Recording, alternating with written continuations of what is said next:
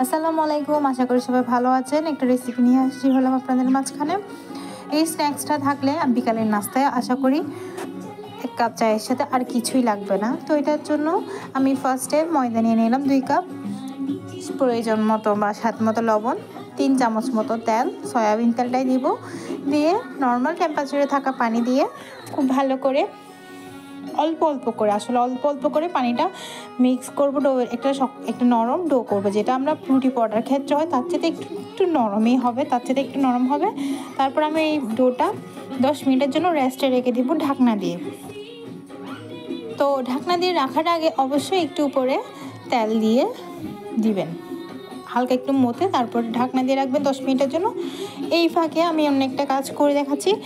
আমি এখানে পেঁয়াজ কুচি করে নিয়েছি, ধনিয়া পাতা কুচি, কাঁচামরিচ কুচি, আলু দুটো সিদ্ধ আলু নিয়েছি। আমি আলুটা গ্রেটার দিয়ে গ্রেট করে নিব। আপনারা চাইলে হাতে মধ্যে নিতে পারেন, তবে আমার কাছে গ্রেটার দিয়ে করলে বেস্ট মনে হয়, কোনো দানা ভাব থাকে না, একদম সহজে মথে যায়।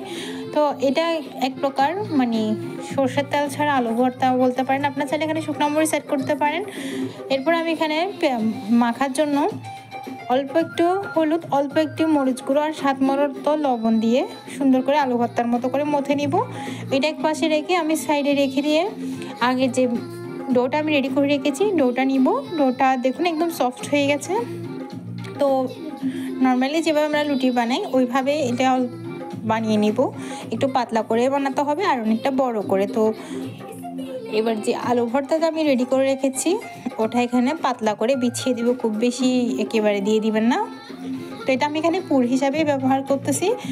তো এটা এবার এক সাইড থেকে এটা ফোল্ড করে নিতে হবে। আসলে এটা আমি বলে বুঝাইতে পারবো বলতে মনে হয় না, আপনারা একটু দেখেন মনোযোগ দিয়ে। আর হ্যাঁ, রুটিটা যেহেতু অনেক ডোটা সফট হওয়ার কারণে, রুটিটাও পাতলা হওয়ার কারণে একটু লেগে যাইতে পারে, তো তখন একটু ময়দা ইউজ করতে পারেন।